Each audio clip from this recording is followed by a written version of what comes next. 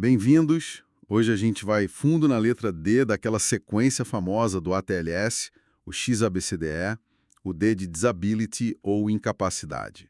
É aquele momento chave para avaliar o estado neurológico rapidinho no trauma. Um passo assim que pode mudar tudo para o paciente, né? A nossa conversa aqui se baseia nas diretrizes do próprio ATLS. Ok, vamos desmembrar isso. É um ponto fundamental mesmo. O objetivo central é achar logo, sabe, qualquer alteração neurológica que ameace a vida ou deixe sequela grave. Aquela frase, tempo a neurônio, aquela é muito real.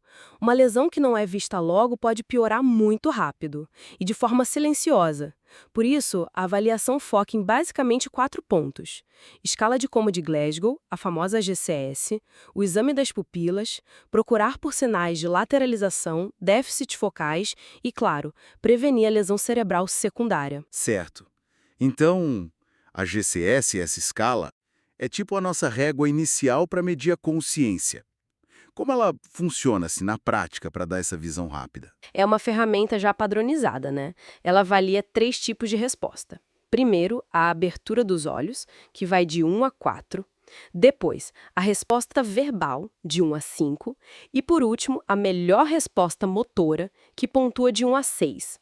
Somando tudo, dá uma pontuação total que vai de 3, que é o pior cenário, até 15, que é o normal. E tem um número mágico aí, um limite. GCS igual ou menor que 8. Isso não é só um número, não, indica coma. E, mais importante, sinaliza que o paciente provavelmente não consegue proteger a própria via aérea. Aí a intubação se torna necessária para evitar aspiração, hipóxia, essas coisas. É interessante que só a pontuação motora isolada parece ser o melhor fator para prever o resultado neurológico final. Entendi. Então, por exemplo, um paciente que só abre o olho quando a gente chama, ele ganha 3 pontos. Se ele fala palavras soltas sem sentido, mais 3. E se ele consegue localizar onde dói quando a gente estimula, tipo apertando o trapézio, são mais 5 pontos. Somando tudo, dá GCS 11. É crucial usar esses estímulos padronizados, né? Para ser confiável. Exatamente. O estímulo tem que ser consistente. Perfeito. Agora vamos para uma parte onde a gente pode de fato intervir bastante. A prevenção da lesão cerebral secundária. A pancada inicial, a lesão primária, já foi. Mas o que vem depois, é aí que a coisa fica bem interessante em termos do que a gente pode fazer, né? Sem dúvida. O fascinante aqui, eu acho, é que depois do trauma inicial, o cérebro fica super vulnerável, sabe, a qualquer outro insulto.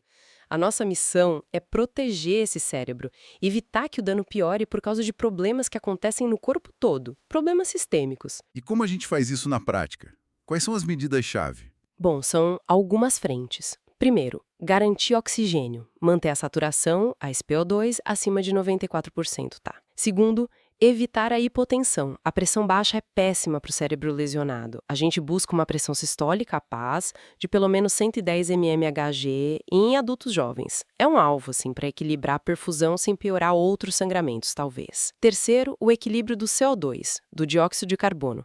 Evitar tanto a hipocapnia severa, que é CO2 muito baixo e pode diminuir o fluxo de sangue para o cérebro, quanto a hipercapnia, que é o CO2 alto. Monitorar o CO2 exalado, o ETCO2, ajuda muito nisso. E, claro, controlar a glicemia, temperatura, corrigir eletrólitos. Entendi. E um alerta importante: ventilar demais o paciente pode ser ruim.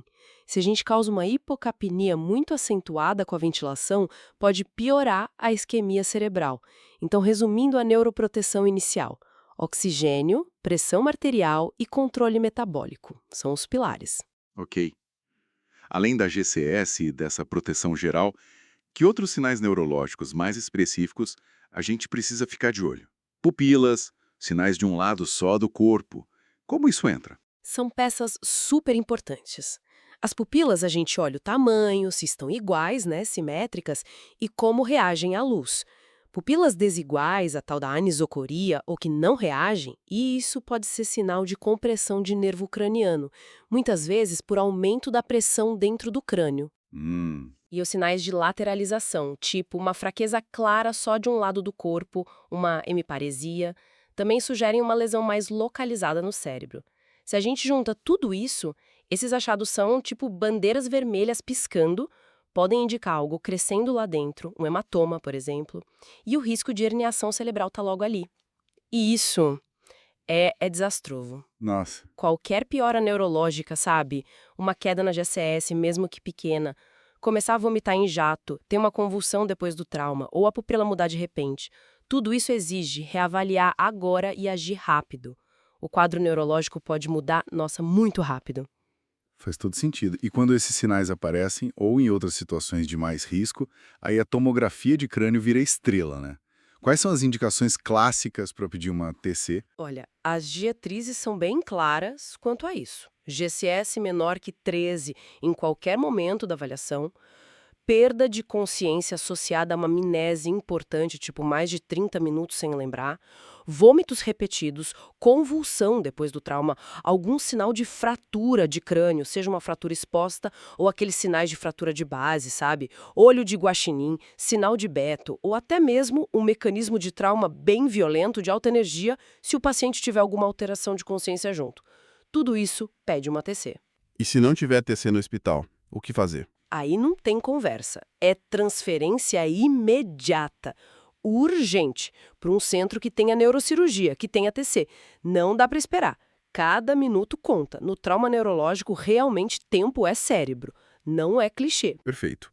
Então, resumindo, essa etapa D do ATLS, ela parece rápida, né? Mas ela carrega uma quantidade enorme de informação crítica. Informação que guia o tratamento e, nossa, impacta diretamente o prognóstico neurológico do paciente. A urgência é total. Então, o que tudo isso significa no final das contas? Significa que prestar atenção nos detalhes e ser ágil nesse momento pode ser a diferença entre tudo. Exatamente. E só para deixar uma provocação, assim, para a gente pensar um pouco mais, a gente foca muito nesses números, né? GCS abaixo de 8, pupila fixa, são os limites claros. Mas e as tendências? Será que a gente não devia olhar mais para isso? Uma queda leve, mas que está continuando na GCS, ou a pupila começando a ficar um pouquinho mais lenta para reagir, mesmo antes de chegar naqueles pontos críticos. O que essa evolução, mesmo sutil, pode estar dizendo para a gente? Talvez monitorar isso de perto possa levar a intervenções ainda mais cedo, mais personalizadas. Fica aí a reflexão. E lembrando, o próximo passo na sequência do ATLS é a letra E, exposição e controle do ambiente. Mas isso é assunto para outra hora.